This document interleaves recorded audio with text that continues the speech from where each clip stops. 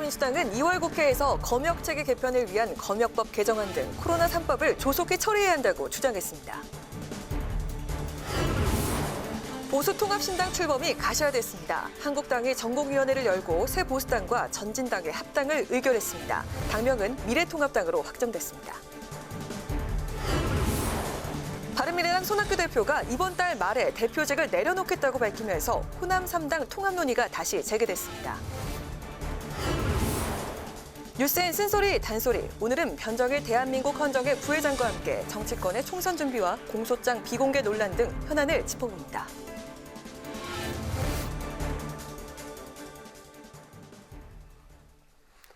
안녕하십니까. 2월 13일 의정종합 뉴스엔 시작하겠습니다.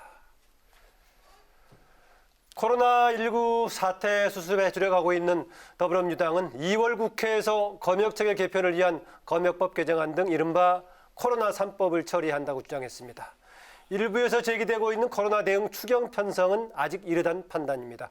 보도에 김희연 기자입니다. 더불어민주당은 코로나19 사태 대응을 위해 국회가 할 일은 검역망 강화, 감염병 전파 차단과 지원 강화를 위한 제도 개선이라고 강조했습니다. 이인영 원내대표는 2월 국회에서 반드시 검역법과 의료법, 감염병 예방관리법 개정안을 처리하겠다고 말했습니다. 국회가 법안 하나라도 더 통과시키기 위해서 최선을 다하고 또 민생을 안정시키고 우리 국민이 안심하실 수 있는 모습을 보여야 하겠습니다. 이와 함께 감염병 의료인력 양성과 연구개발을 위한 국립공공보건의료대학 설립 운영법도 처리할 계획입니다.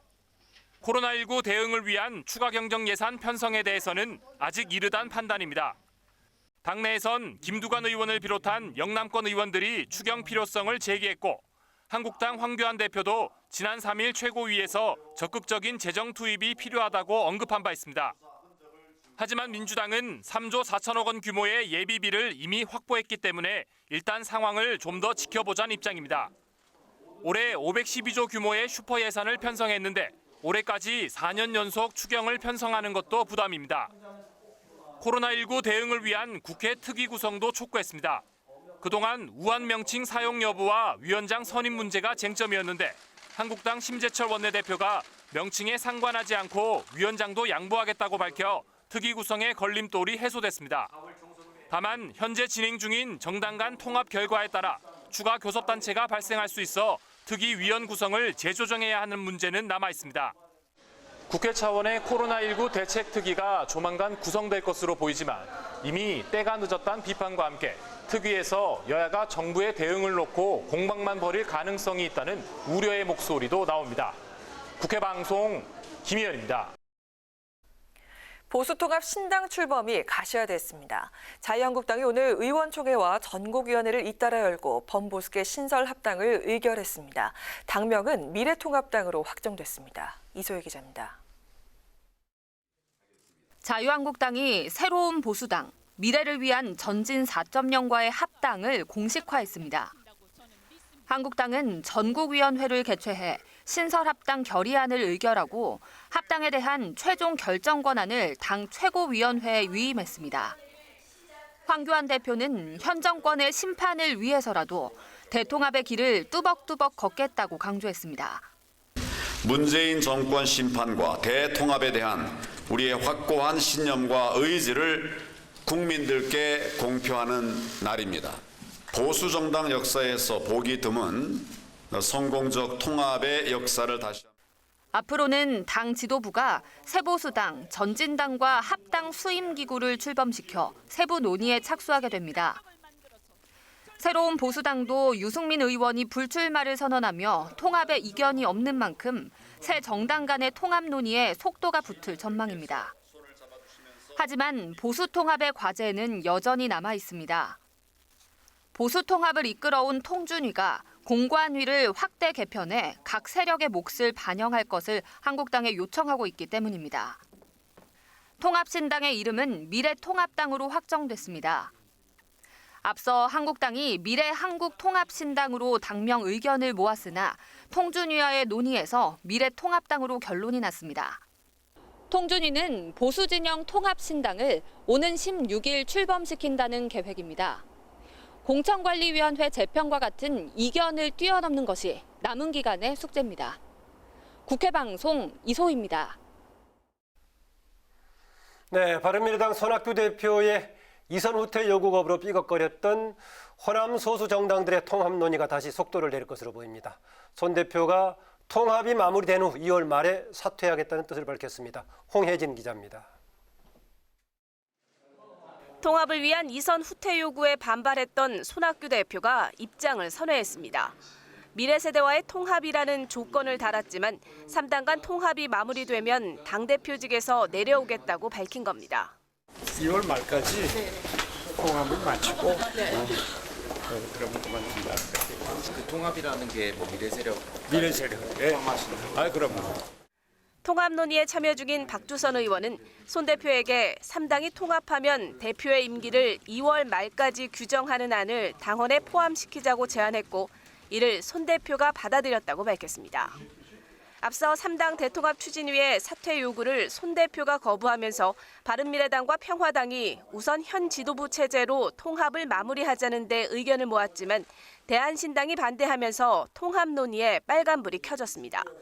하지만 손 대표가 오늘 사퇴 의사를 밝힌 만큼 제동이 걸렸던 3당 통합 논의는 다시 속도를 낼 것으로 보입니다.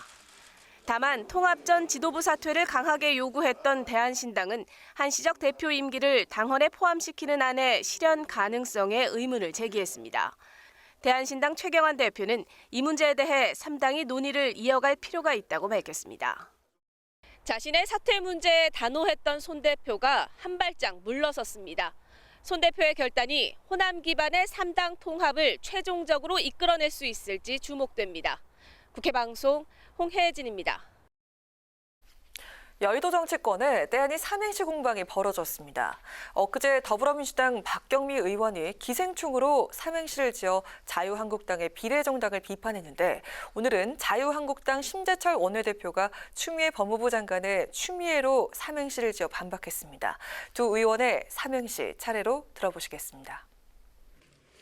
추미애 삼행시를 이렇게 짓는 게 맞을 것 같습니다. 추미애 법무장관은 미운 짓만 하려고 애쓰고 기쓰는 국민 밉상이다. 기생충 삼행시로 표현하며 마무리하겠습니다.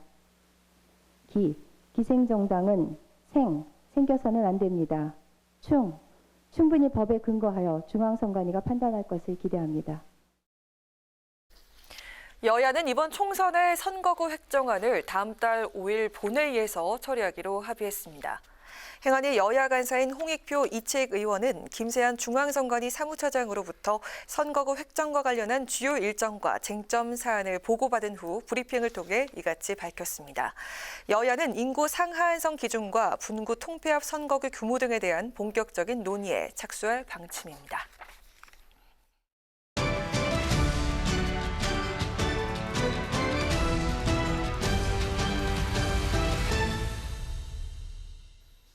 네, 이슈 분석 박지영, 양윤선 두 기자와 함께합니다. 어서 오세요. 반갑습니다. 네, 여야 공천 상황부터 알아보죠. 박지영 기자. 민주당은 오늘이 공천 면접 심사 마지막 날인데 거의 끝났나요? 네, 그럴 것 같습니다. 지금 예.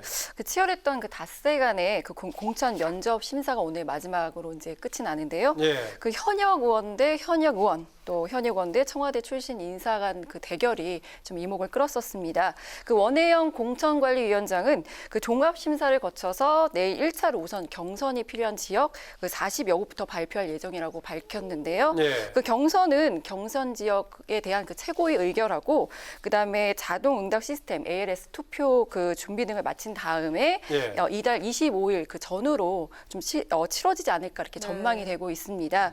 그리고 민주당은 또 다음 주에는 또 그 전략 공천 지역을 추가로 지정을 할 예정인데요. 그 김두관 의원의 지역구였던 경기 김포갑과 그다음에 남양주 병 서울 동작의 등이 거론이 되고 있습니다. 예. 네, 양윤선 기자, 한국당 공천 심사 소식도 한번 들어볼까요? 네, 오늘 면접 심사 오늘로써 이틀째를 맞았습니다. 총 35곳의 지역구, 수도권이 주로 대상인데요. 공천 신청자가 참여를 했습니다. 한국당 현 지도부 출신들이 대상자에 포함이 됐는데요.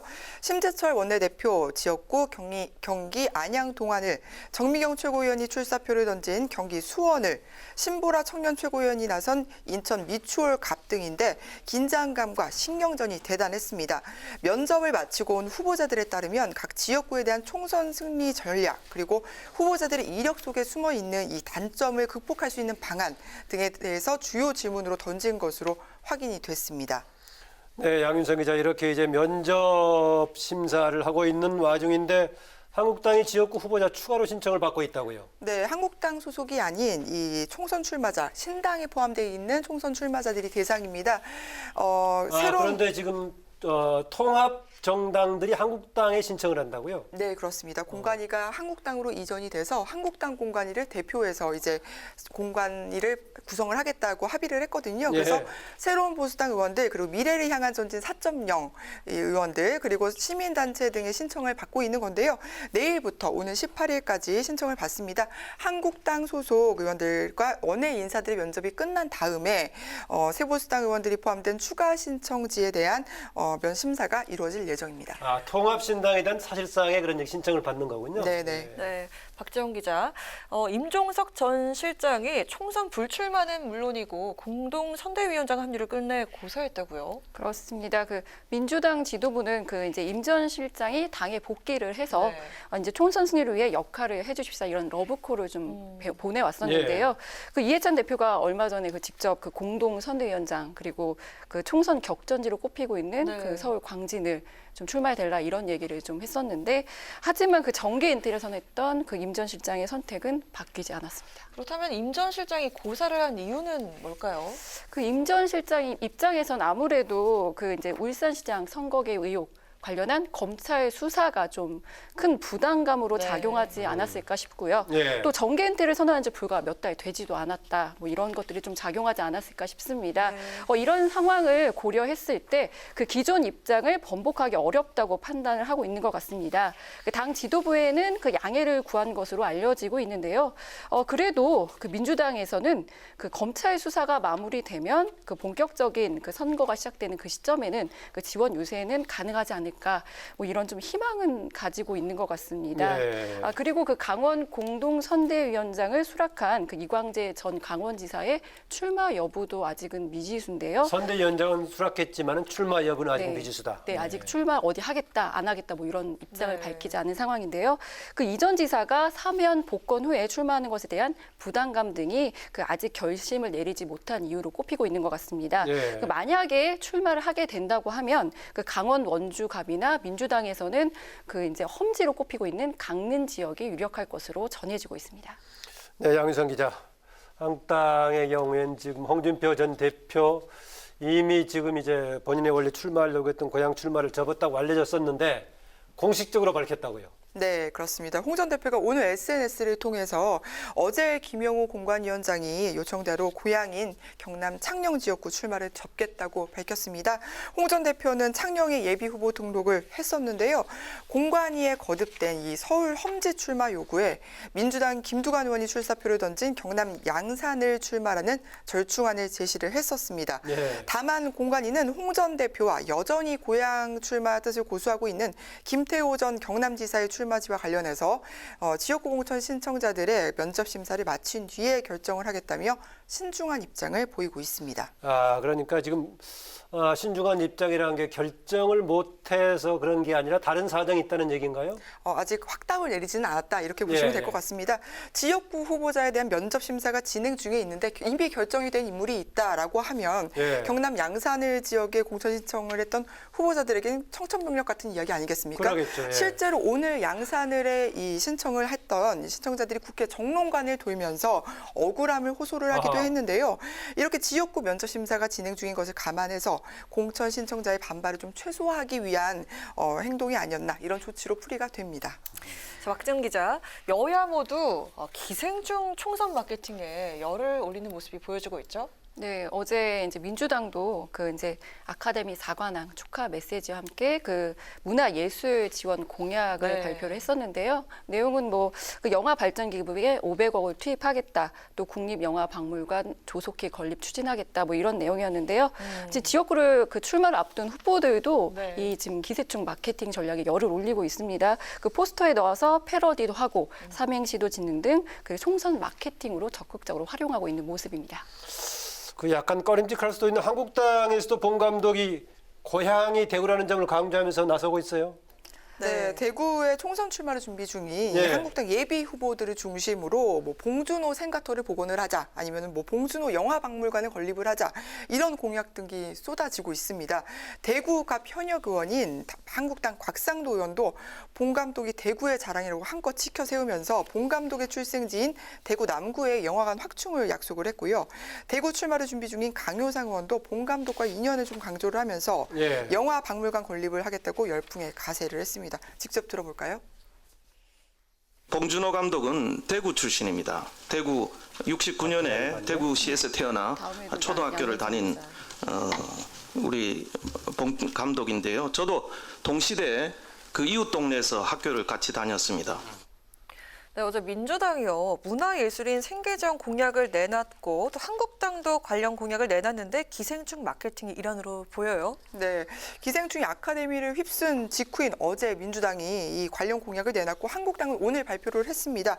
한국당 공약은 전 세대를 아우르는 이 생애주기 맞춤형 문화정책, 콘텐츠 맞춤형 지원을 담은 온국민 문화누리 공약입니다. 한국당은 기자회견에서 영상 콘텐츠 산업에 대한 맞춤형 지원 확대를 산업의 경쟁력을 강화하고 또 영화 기생충의 영광이 문화산업 전반으로 퍼지게 하겠다고 밝혔는데요. 문화 콘텐츠 수출로 이 발생이 되는 세금이 이중으로 납부하게 돼서 부담이 가중된다. 그래서 법인세법을 개정을 하겠다고 설명을 했고요. 제조업의 연구개발 세액공제와 유사한 형태 공제 제도를 마련을 해서 사전 기획에 대한 투자도 원활히 이루어지도록 지원 방안을 마련하겠다고 밝혔습니다. 특히 문화예술진흥법을 개정을 해서 청년에 대한 지원을 강화하고 만 18세에서 24세 청년을 대상으로 문화체육관광 패스 제도를 시행을 하겠다고 약속했습니다. 네, 뭐 일부에서는 여러 가지 지금 어쨌든 간에 지금 기생충이 국민들의 관심, 세계적인 관심을 받고 있기 때문에 활용하겠다 해서 아이디어를 내느라고 고생도 많은 것 같고요. 일부에서는 여기에 뭐 숟가락 얹으려고 하는 거 아니냐 뭐 이런 얘기하고 있는데 봉준호 감독이 지난 보수 정부 때 블랙리스트에 포함됐던 것 때문에 한국당 조금 논란이 있을 수가 있고 부담도 있을 것 같은데요. 네, 뭐 관련 발언은 자제는 하고 있습니다. 진중권 전 교수 같은 경우에 이제 와서 왜 숟가락을 얹느냐, 참 얼굴이 두껍다라고 비판을 했습니다. 한국당도 가만히 있지는 않았는데요. 한국당 인사는 영화법이 만들어진 게 박정희 정권이다. 영화법이 없었으면 지금의 기생충도 없었다라고 이렇게 맞받기도 했습니다. 네, 민주당도 한국당을 향해서 기생충에 숟가락 얹지 말라고 맹공을 퍼부었다고요? 네, 그렇습니다. 오늘 당 회의부터 논평까지 한국당을 비판하는 목소리가 아주 쏟아졌습니다. 그 앞서 나온 이야기처럼 그 민주당은 그 지난 보수 정부에서 있었던 문화계 블랙리스트 사건을 꼬집은 건데요. 이 리스트에 봉준호 감독은 물론 주연 배우인 송강호 씨, 제작자인 이미경 CJ 부회장까지 포함이 돼 있었다고 하죠. 그 민주당은 한국당이 블랙리스트로 낙인 찍어놓고 또 기생충 영화에 대해서도 전형적인 좌파 영화라고 색깔 공세를 펴놓고 이제와 총선에 이용하고 있다고 지적한 겁니다. 그 관련 발언 들어보시죠. 전형적인 좌파 영화라는 어처구니 없는 색깔 공세를 폈습니다. 지난 정권에 저질렀던 문화예술 탄압과 봉준호 감독을 비롯한 블랙리스트 피해자들에게 진심 어린 사죄와 반성을 해야 합니다. 네, 그 한국당도 그 기생충 영화가 대한민국의 빈부격차, 그 양극화 문제를 담고 있다는 점을 들어서 정부 여당을 비판을 했는데요. 우리 국민 모두 기생충으로 만든 문재인 정권을 이제 심판받아야 한다고 맹공을 퍼붓기도 했습니다. 이렇게 영화 기생충을 매개로 이 여야 공방이 계속되고 있는데요. 그 여야 모두 그 영화 기생충은 놓칠 수 없는 그 총선 마케팅 도구인 것 같습니다. 네, 정치권의 이런 마케팅 충분히 이해할 만한데 이걸 가지고 너무 정치권 내부에서 크게 공방이 오가는 것은 바람직해 보이지도 않는데 최근에 이런 마케팅 자체를 두고도 그렇게 시선이 곱지만은 않다고요. 네, 그렇습니다. 양극화 빈부격차를 위한 정책을 경쟁적으로 내놓는 일, 네. 그 자체를 누가 문제를 삼겠습니까? 네. 우리가 흔히 네이밍법이라고 부르는 이 법들도 다 이슈를 통해서 결국 법제화가 됐다는 문제는 안고 있거든요. 다만 봉준호 생가터 복원 이런 국민에게 좀 와닿기 힘든 공약으로 지탄을 받을 것인지 아니면 양극화에서는 개인에게 맡길 수 없다 이러는 영화 기생충의 메시지를 살린 공약을 내놔서 국민에게 감동을 안길 것인지 여야 정치권이 좀 생각해 볼 지점이 있지 않을까 싶습니다. 예, 말씀하신 대로 문화예술 쪽에서는 사회적인 과제에 대해서 메시지를 던지면은 정치권은 해법을 내놓는 게 정치권 역할이 되겠죠. 그런 중요한 부분을 마지막에 양윤선 기자가 정리해 준 것 같습니다. 오늘 여기서 마치겠습니다. 두 분 수고하셨습니다. 고맙습니다. 네, 인공지능 AI가 급속도로 발전하면서 일자리 감소에 대한 우려도 커지고 있는데요. 미래엔 AI 기반의 예술 창작과 문화 산업이 활성화될 것이라는 전망이 나왔습니다. 보도에 임채원 기자입니다. 딥러닝, 인공지능이 스스로 상황을 판단해 데이터를 처리하는 기술입니다. 2016년에는 이세돌 9단과 인공지능 알파고의 바둑 대결이 화제가 됐습니다. 인공지능은 실시간으로 외국어를 통역하고 주제를 주면 소설을 쓰기도 하고 진짜 같은 가짜 영상을 만들어낼 수도 있습니다. 예술 창작이 더 이상 인간만의 영역이 아닌 시대에 살고 있는 셈입니다. 사용자와 실제로 인공지능이 다양하게 이제 협업을 해서 이런 다양한 예술 작품이나 창작물을 만들어내는 것은 굉장히 고도화되고 있고 실제로 많이 또 활용이 되고 있습니다. 인공지능을 활용해 유망 스포츠 선수를 발굴하고 선수의 자세를 분석해 부상을 방지하는 사례도 소개됐습니다. 가상현실로 운동선수의 능력을 측정하거나 이 부분을 분석을 하고 이 부분을 바탕으로 한 가상현실에 대한 부분은 미국 풋볼 리그에서도 활용을 하고 있습니다. 인공지능이 급속도로 발전하면서 마트 점원, 운전사, 요양보호사 등의 일자리가 인공지능으로 대체될 것이라는 우려도 나왔습니다. 그런 만큼 AI 시대에 맞는 일자리 창출과 교육 프로그램 준비가 필요하다는 지적이 제기됐습니다. 인간이 노동에서 해방될 수 있는 그런 기회를 얻게 될 것이다 라는 쪽이고, 해방된 그 시간들은 결국 문화, 체육, 관광 활동으로 이어질 수밖에 없을 것이다. 문체부는 문화예술 콘텐츠 개발과 예술과 기술을 융합한 창작 중심의 교육을 기획하는 등 미래형 인재 육성 기반을 구축하겠다고 밝혔습니다. 이 밖에 인공지능 경쟁력 확보를 위해선 기술보다는 양질의 빅데이터 확보가 중요하다고 전문가들은 강조했습니다. 국회방송 임채연입니다. 청년 정치를 표방하며 21대 원내 진입을 꿈꾸는 정당들이 있습니다. 기본소득당, 미래당, 녹색당 등인데요. 지금 정치권은 청년의 목소리를 대변하지 못한다며 변화가 필요하다고 말합니다. 한도영 기자의 보도입니다. 청년들은 자신들의 목소리가 정치에 실제로 반영이 되고 있다고 생각할까? 청년들 문제 제가 요즘 가장 크게 생각하는 게 이제 취업 문제인데 그쪽의 문제에 대해서는 전혀 말씀이 없으셔서 좀 아쉬운 부분이 있습니다. 부각되는 문제들에 대해서만 약간 일시방편적으로 대응을 하고 저희 청년 문제에 대해서는 조금 소외되고 있다는 느낌을 많이 받고 있고요. 정치 활동에 직접 뛰어든 청년들은 청년 목소리를 대변할 국회의원이 없다는데 문제의 원인이 있다고 진단합니다. 국회 평균 나이는 55.5세입니다. 지금은 청년들의 목소리를 대변해 줄 수 있는 의원이 없을 뿐만 아니라 청년 정치를 소비하는 방식도 너무나 심각합니다. 실제 20대와 30대가 전체 유권자의 30% 정도를 차지하지만 현재 국회의원 중 30대 이하 의원은 3명뿐. 청년 문제를 국회 논의 한가운데로 끌어오기 위해서는 결국 청년들이 국회 안으로 진입해야 한다고 강조합니다. 직접 정치권에 들어가서 목소리를 내고 청년들이 필요한 것을 직접 정치를 통해 쟁취하는 것이 필요하다고 생각하고 있습니다. 그렇게 될 때 단순히 청년 문제뿐만 아니라 채용 비리 등 기성 정치 세력이 다루지 못한 문제들까지 해결할 수 있다고 말합니다. 채용 비리 문제, 부동산 세습 문제 이런 것들에 대해서 정치권이 낼 수 없는 목소리들을 내면서 이런 것들을 좀 바꿔갈 수 있도록 노력을 하겠습니다. 토론회를 주관한 민주평화당은 연동형 비례대표 도입을 계속 추진해 청년의 정치 진입 장벽을 낮춰야 한다고 주장했습니다. 청년 세대가 40%면 300명 중에 120명은 들어가야 맞잖아요. 이제 문은 열렸어요. 선거제 개혁 완성을 향해서. 국회 방송 한도영입니다. 중앙선거관리위원회가 안철수 전 의원이 추진하는 국민당 당명에 대해 사용할 수 없다는 결정을 내렸습니다. 선관위는 이미 등록된 정당인 국민새정당과 명칭이 뚜렷이 구별되지 않는다고 밝혔습니다. 이에 대해 국민당 창당준비위원회는 정치기관이 된 선관위의 고무줄 잣대를 강력히 규탄하고 대책을 논의했습니다. 한편 선관위는 자유한국당의 비례위성정당인 미래한국당의 정당 등록은 허용했습니다. 노태학 대법관 후보자에 대한 국회 인사청문회가 오늘 19일 실시됩니다. 인사청문특위는 오늘 전체 회의를 열어 이 같은 내용의 인사청문회 실시계획서를 의결했습니다. 인사청문회에서는 노 후보자가 양승태 대법원장의 사법농단 사건과 관련해 당시 진상조사위에 참여했던 이력 등이 쟁점이 될 전망입니다. 앞서 문재인 대통령은 노 후보자는 법관으로서 뛰어난 능력과 자질을 바탕으로 대법관으로서의 역할을 충실히 수행할 적임자라고 강조했습니다. 문희상 국회의장이 중국의 조속한 코로나19 극복을 기원했습니다. 문 의장은 싱하이밍 중국 대사를 접견한 자리에서 대한민국 국회를 비롯한 국민들은 중국이 피해 상황을 조기에 수습하고 평온한 일상을 되찾기를 한마음으로 바라고 있다고 밝혔습니다.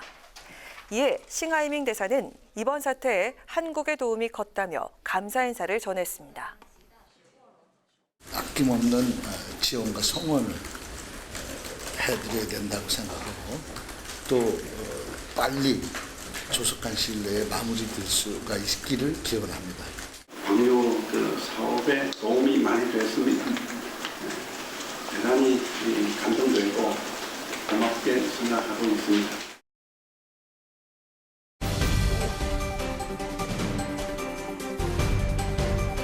오늘의 정치 키워드 탑3 시간입니다. 2월 13일 정치면을 장식한 뉴스는 무엇이었는지 첫 번째 키워드부터 만나보시죠.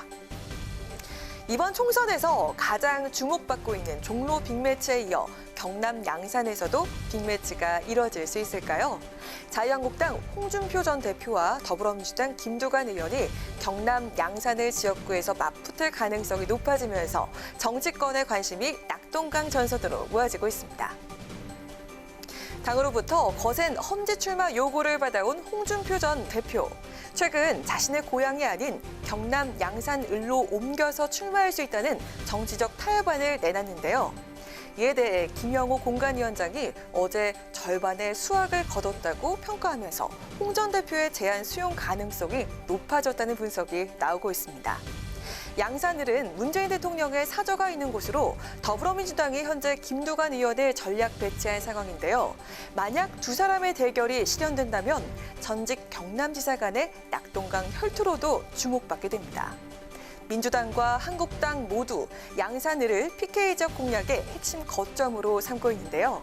지난 2010년 경남지사에 당선됐지만 2012년 18대 대선 후보 경선 출마를 위해 중도 사퇴한 김 의원과 그해 연말 보궐선거에서 경남지사로 당선이 됐지만 2017년 역시 대선 출마를 위해서 지사직을 내려놓은 홍 전 대표. 두 잠룡의 빅매치 가능성에 낙동강 전선이 벌써부터 뜨거워지고 있습니다. 한국당 공관위는 홍 전 대표의 양산 출마 여부와 관련해 하루 이틀 여론의 움직임을 좀 더 지켜보면서 최종 조율에 나선다는 입장인데요. 김두관 대 홍준표, 또 하나의 빅매치가 성사될 수 있을까요? 이어서 오늘의 두 번째 정치 키워드입니다. 자유한국당이 오늘 오전 의원총회와 전국위원회를 잇따라 열고 새로운 보수당 등과 신설 합당을 추인하고 보수 통합을 위한 본격적인 절차에 들어가 있습니다. 또 보수 야권이 추진 중인 통합신당이 구체적인 윤곽을 드러내면서 구구 능선을 넘었다는 평가가 나오고 있습니다. 보수 정당 역사에서 보기 드문 성공적 통합의 역사를 다시 한번 쓴 날로 기억될 것이라고 생각합니다. 오늘 16일 신당 출범을 앞두고 자유한국당이 오늘 전국위원회에서 새보수당 그리고 전진당과의 합당을 박수로 의결했습니다.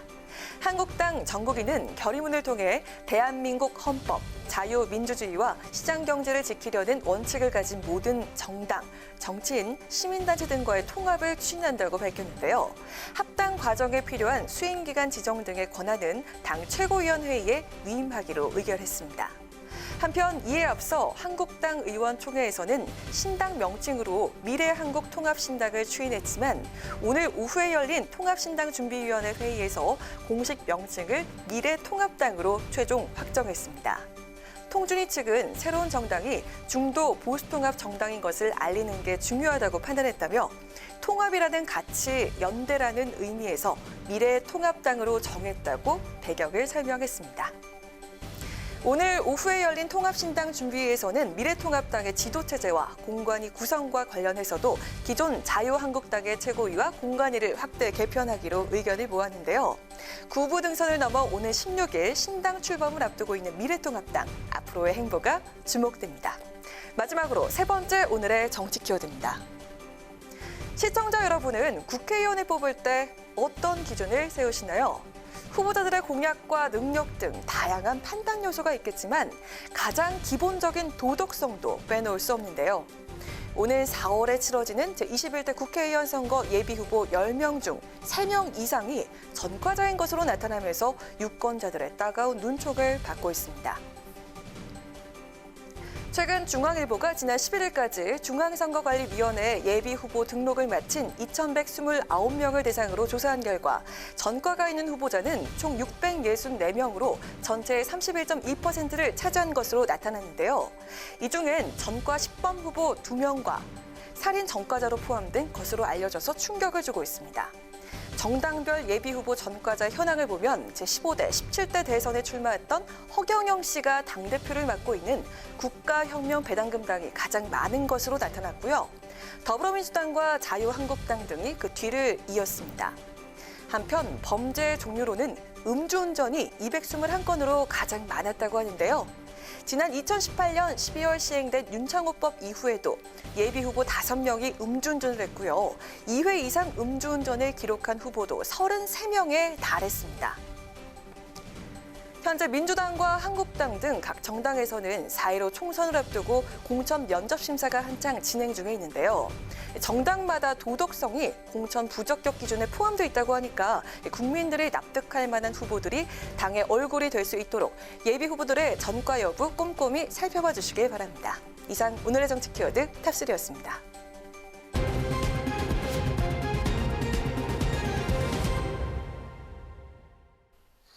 네, 보수통합의 속도를 내고 있는 자유한국당 소식. 오늘의 정치 키워드에서 전해드렸는데요. 관련 내용 자유한국당 원영섭 조직부총장 전화 연결해서 좀 더 자세히 알아보도록 하겠습니다. 안녕하세요. 예, 반갑습니다. 원영섭 조직부총장입니다. 네, 오늘 한국당 의총 또 전국이 잇따라 열어서 신설합당을 추진했죠. 예, 그렇습니다. 그럼 이후에 이제 합당 추진 진행 여러 가지 결정 권한을 최고위원회에 위임했는데 사실상 이제 황교안 대표에게 위임했다 이렇게 볼 수도 있겠네요. 아무래도 뭐 그렇게 볼 여지가 많이 있는 상태입니다. 예. 이제 남은 절차는 뭐가 있는 겁니까?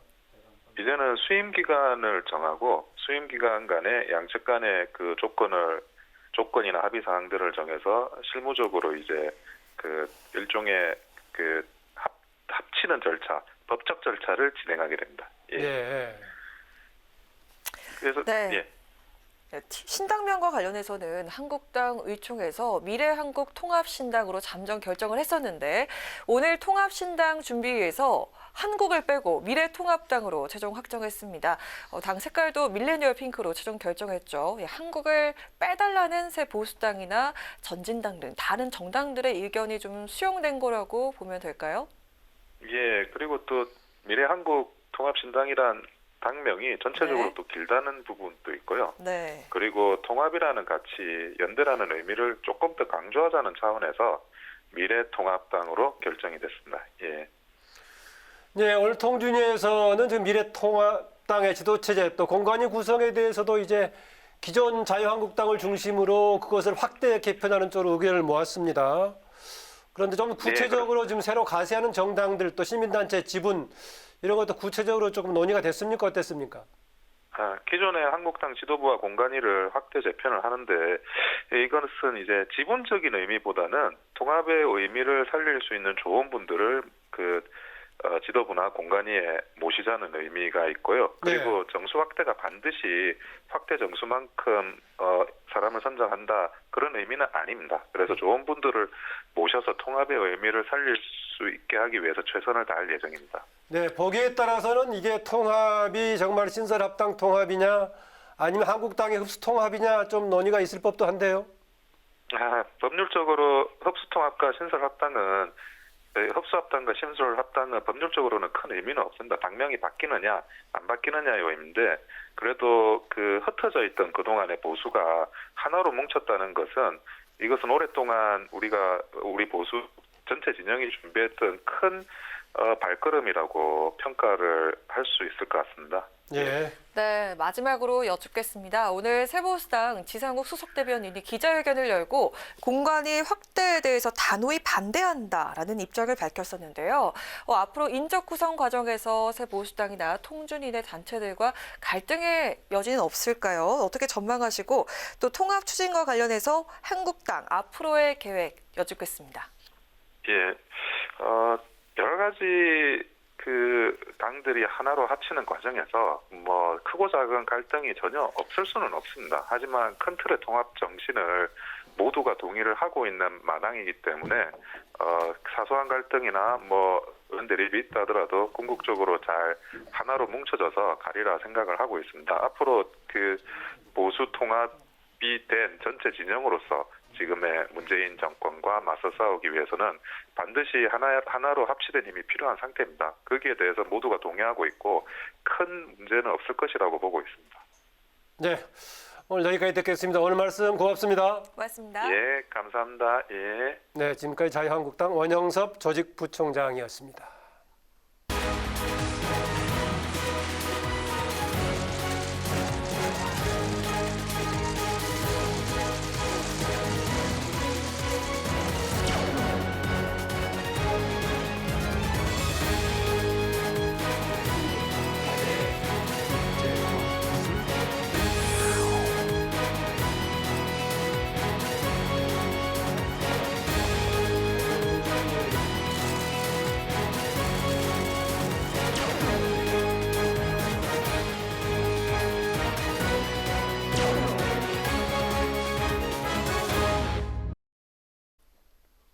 네, 이번 시간은 정치 원로와 함께하는 뉴스 N 쓴소리 단소리 코너입니다. 오늘은 제10대, 14대, 15대 국회의원을 역임하신 분이죠. 변정일 대한민국 헌정의 부회장님 스튜디오에 나와 계십니다. 어서 오십시오. 네, 안녕하세요. 네. 변정일 전 의원님 또 헌정의 부회장 맡고 계시는데요. 15대까지 하셨으니까 네. 의정에서는 좀 떨어진 지가 좀 되셨겠습니다. 네, 20년 됐습니다. 네. 지금 이제 20대 국회 막바지에 21대 총선을 앞둔 정치권 움직임 어떻게 보고 계십니까? 네, 요즘 통합 논의가 한참인데요. 네. 저는 이번 총선의 가장 문제점은 국론 분열이라고 생각을 합니다. 네. 세대 간에, 지역 간에, 또 계층 간, 가진 자와 못 가진 자, 배운 사람과 못 배운 사람. 네. 이 분열뿐만 아니라 좌우 진영 또 보수와 진보 이렇게 해서 국론 분열이 매우 심각한 수준이고 예전보다 지금 정치권의 분열이 더 심해졌다고 보십니까? 네, 그렇습니다. 국론 분열이 심해졌다고 봅니다. 그걸로 인해서 국정 전반에 상당히 나쁜 영향을 끼치고 있다. 저는 그렇게 보고 있습니다. 네. 총선 때마다 정당이 해체되고 또 재창당되고 또 통합되는 데 있어서 이 성패는 어디에 달려있다고 보시는지 궁금하고요. 또 주의해야 될 점이 어떤 점이라고 보시는지 궁금합니다. 변 전 의원님께서도 그동안에 선거 앞두고 이렇게 이합집산하는 과정 경험도 과거에도 하셨을 거예요. 지금 현실적 필요에 의해서 보수 세력이 이제 통합 과정을 거치고 있고요. 또 소위 호남 지역을 기반으로 하는 제3지대라고 해야 될까요?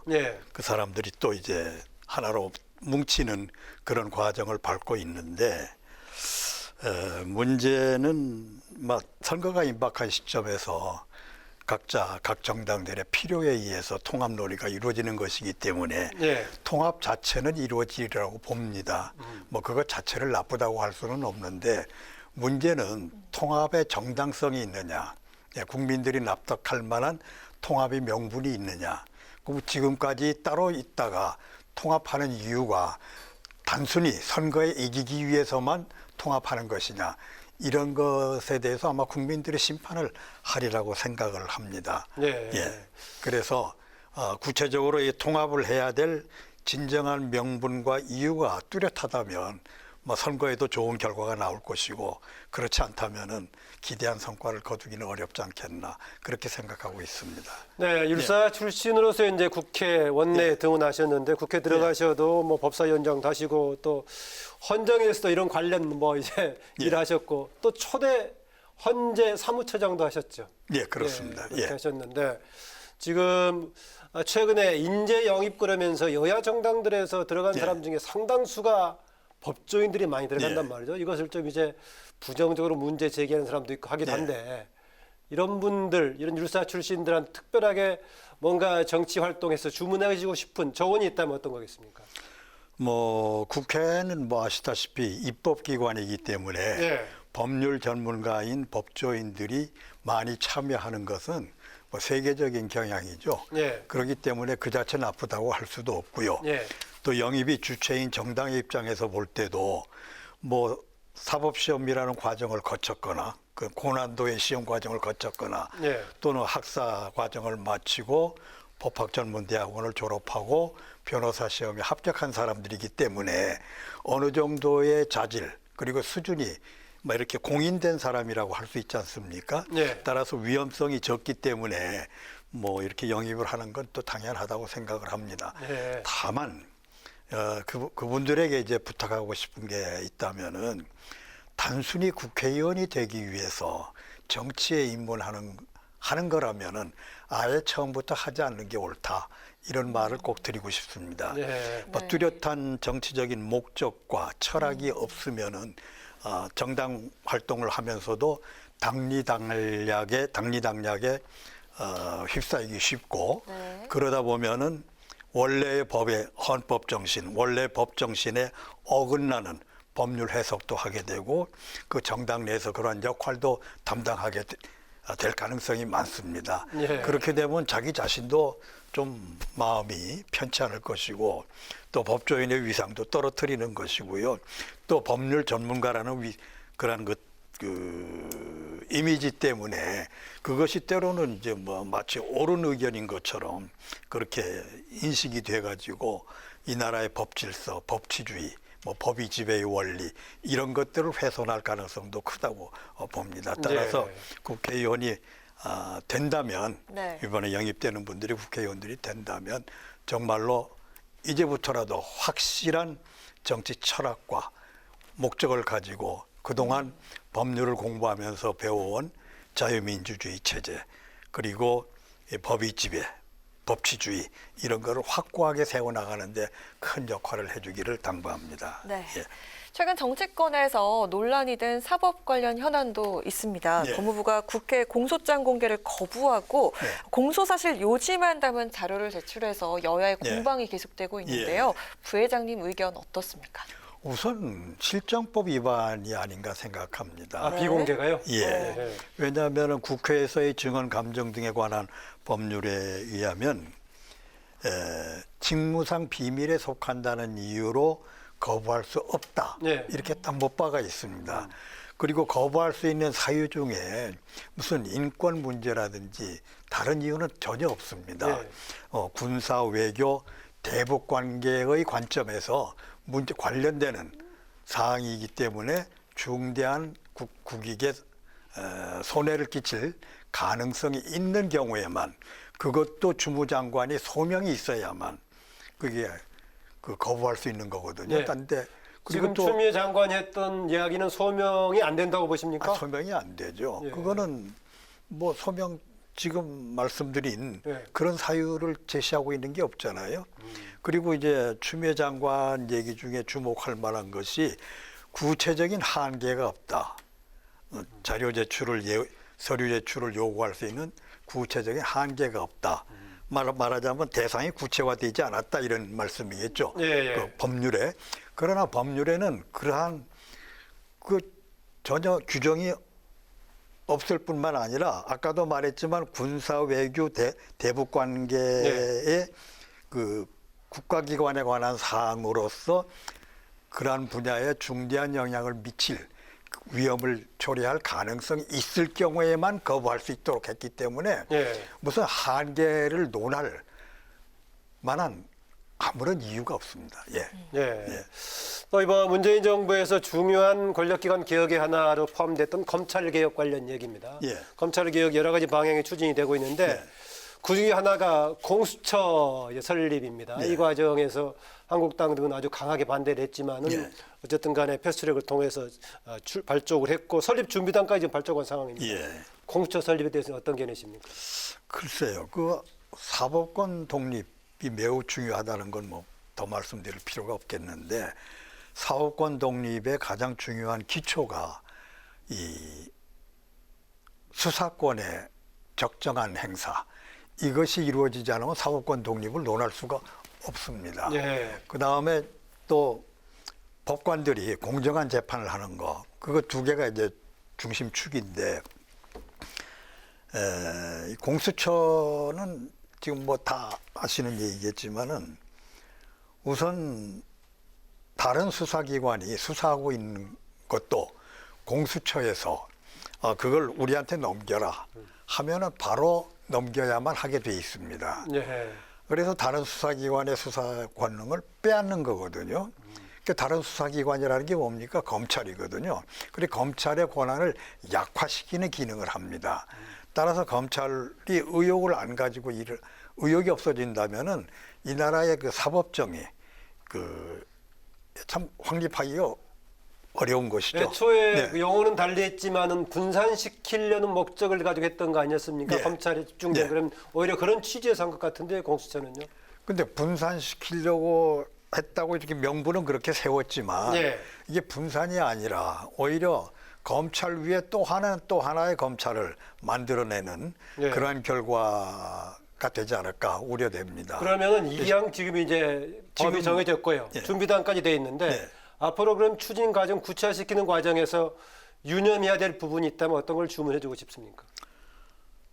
그 추진단의 구성이 이제 어떻게 될는지 봐야 되겠습니다만은 구성 여하에 따라서는 여러 가지 문제가 심각한 문제가 많이 대두되리라고 생각합니다.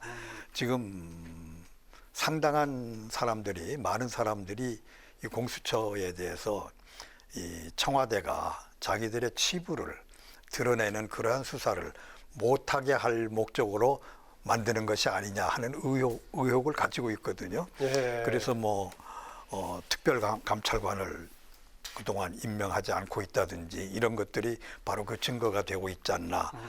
뭐 이렇게 보는 시각에 상당히 합리성이 있다고 봐요. 그렇다면 과연 공수처가 제대로 원래 그 추진하는 분들이 말하는 것처럼 그러한 기능을 하는 그러한 공수처가 될는지 의문스럽습니다. 좀 우려하고 계시군요. 네, 사회적인 논점에서 보자면은 코로나19 신종 코로나 바이러스 사태가 이어지면서 경제적 영향에 대한 우려도 만만치 않습니다. 특히 부회장님 계신 제주도도 타격이 크다고 들었는데요. 정부가 어떤 대책을 마련해야 될까요? 우선 약간 과하다고 할 정도의 출입국 통제를 해야 되지 않겠나 싶습니다. 따라서 후베이성에서 오는 사람뿐만 아니라 방문했던 사람뿐만 아니라 그 외의 지역, 그 중국에서도 이 신종 코로나 바이러스가 많이 창궐하고 있는 지역들이 있지 않습니까? 그런 지역으로 범위를 확대해야 되지 않겠나 싶고요. 이번 경험을 계기로 해서 중국 의존도가 우리나라 무역이 중국 의존도가 굉장히 높은데 이거를 좀 다변화하는 노력을 평소에 해둬야 되지 않겠나 생각됩니다. 그 무역도 있지만 관광 차원에서 봤을 때는 제주가 특히 중국에서 오는 분들이 굉장히 많았었는데 어땠습니까? 지금 많이 굉장히 줄었죠. 많이 줄었죠. 부회장님 회고록을 보니까 제목이 예. 후회는 없다 네. 이렇게 하셨더라고요. 예. 예. 그러니까는 10대 때 입문하셨으니까 10대 때가 1978년이셨던 예, 거예요. 그렇습니다. 그렇게 하셨는데 어쨌든 간에 그동안에 정치 계셨고 최근에 현장으로부터는 20년 정도 떨어져 계셨다고 하는데 네. 어떻습니까? 그동안에 뭐 좀 상당히 지났지만은 그때의 원내 의정 활동 때 하면서 아쉬웠던 점 없습니까? 후회는 없다라고 하셨는데. 후회는 없다고 한 것은 뭐 제가 지나간 일에 대해서 후회하고 싶지 않아서 네. 나 자신에 대한 다짐의 의미도 있고요. 네. 또 뭐 어려운 그 법조인으로서는 감당하기 어려운 여러 가지 역경을 그만큼이라도 견뎌냈으니 네. 막 그 정도면 된 거 아니냐 하는 스스로 자기 만족을 취하고자 하는 그런 의식이 있어서 제목을 그렇게 잡았던 거고요. 네. 어찌 후회가 없겠습니까? 네. 있죠. 후회스러운 일이 있죠. 네. 제일 후회스러운 일이 있다면 뭐냐면은 1997년도 대선이죠. 네, 대선이죠. 이회창 후보가 출마했을 이회창 때. 후보 출마하고 김대중 그때 후보랑 사실은 붙었을 그 때. 우리나라의 민주화 열기가 한참 고조됐을 때 아닙니까? 네. 김영삼 대통령, 거기 문민정부, 그 다음에 이제 김대중 대통령으로 이어졌는데 사실은 그때 그 우리나라의 민주화 과정이 정치인들의 노력도 물론 컸지만 더욱 중요한 것은 민중의 힘에 의해서 민주화 과정이 이루어진 측면이 많거든요. 네, 그렇죠. 민중 시민. 예. 이런 경우에는 민중의 지지를 얻는 세력이 집권했을 경우에 자칫하면은 법 질서가 무너지기가 쉽습니다. 네. 만약에 그 당시에 이회창 후보가 대통령에 당선됐다고 한다면 이 나라의 법 질서는 확실하게 잡았을 것이 아닌가, 법치주의를 확립했을 거 아닌가. 무리한 법 집행도 안 하지만 그리고 법 집행해야 될 거는 확실하게 하는 그런 전통이 섰을 거라고 생각됩니다. 네. 그 기회를 놓쳤다는 점에서 매우 아쉽게 생각됩니다. 법치의 관점에서 그렇습니다. 네. 헌정의 부회장으로서 남은 임기 동안 이루고자 하시는 목표나 계획이 있다면 어떤 게 있을까요?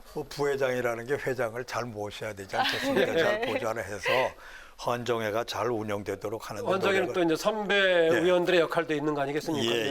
뭐 우선 그런데 주안점을 두면서요. 우리 헌정회가 정치 원로들의 집단이기 때문에 뭐 한 발 물러섰지만 오랜 의정 활동을 했던 사람들로서 철학들이 있습니다. 이분들의 그 철학, 경험, 경륜 이런 것들이 국정에 반영될 수 있도록 중요한 고비마다 우리 헌정회와 제대로 된 목소리를, 나라를 위한 목소리를 낼 수 있는 그러한 단체로 성장되기를 바랄 뿐이고 또 그를 위해서 노력을 하려고 합니다. 네. 오늘 여기서 마칠 것 같습니다. 이렇게 스튜디오까지 이렇게 나와주셔서 오늘 말씀 고맙습니다. 감사합니다. 네, 뉴스의 내 쓴소리 단소리 지금까지 변정일 대한민국 헌정회 부회장과 함께했습니다.